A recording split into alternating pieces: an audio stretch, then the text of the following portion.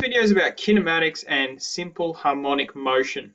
Now, kinematics is just a fancy word for talking about displacement, velocity, and acceleration. Looking a little backwards, it says a function of t is displacement. All right, so if we've got a displacement function, we're going to call it x of t. For example, say that displacement is equal to 2 times sine pi t. So the x represents displacement, t obviously represents time.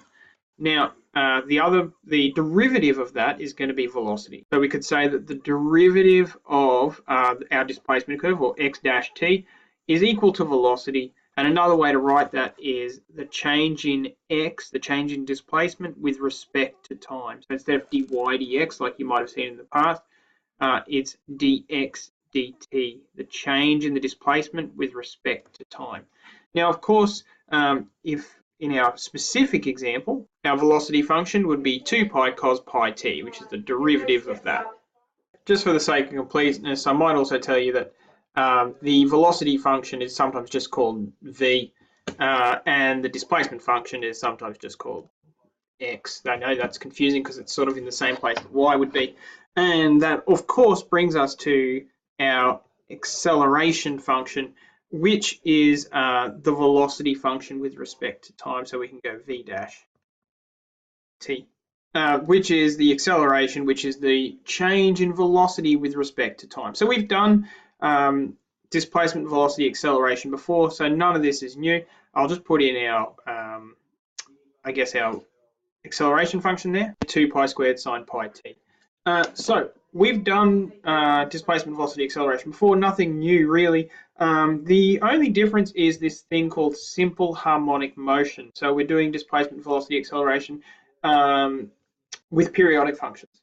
So probably the most, I guess, obvious example of this is like a pendulum. So look in the corner wherever I am here.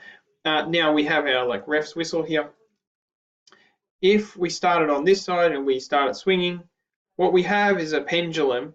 Now we have a pendulum moving around like a middle value. So if I use my ruler as like my straight up and down, the pendulum is moving around that. And the distance from here to the middle value in a straight line is given as our displacement function. So it's measuring the displacement from the whistle to the middle value, boom, boom, boom, boom. Now, what happens when a pendulum swings is that it's moving the fastest it will ever move right as it moves past the middle value. So it starts off moving slowly and then it speeds up and then it slows down. And it's moving quite slowly until it stops, and then it speeds up and it slows down, speeds up, slows down. It stops at the edges and then it accelerates until it's going the fastest it'll go there. Accelerates, you get the idea. So, simple harmonic motion. A pendulum's probably the best example of that. There are others as well. People will talk about particles and things inside of when we talk about like subatomic matter and things like that, but just think in terms of pendulums and you'll be fine.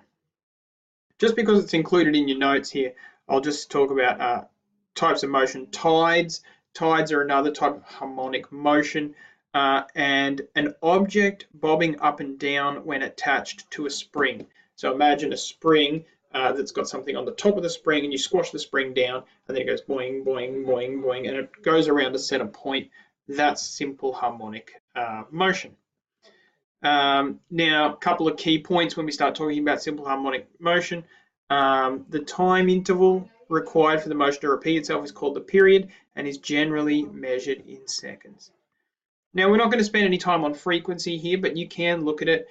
Frequency is basically 1 over the time it takes, or the period. Now, amplitude is the maximum distance from the middle value. That doesn't change from anything that we've done in the past, so that's just what that says there. That's really all we need to do, and now we can just sort of get stuck into doing some of these kinematic style questions. All right, next video.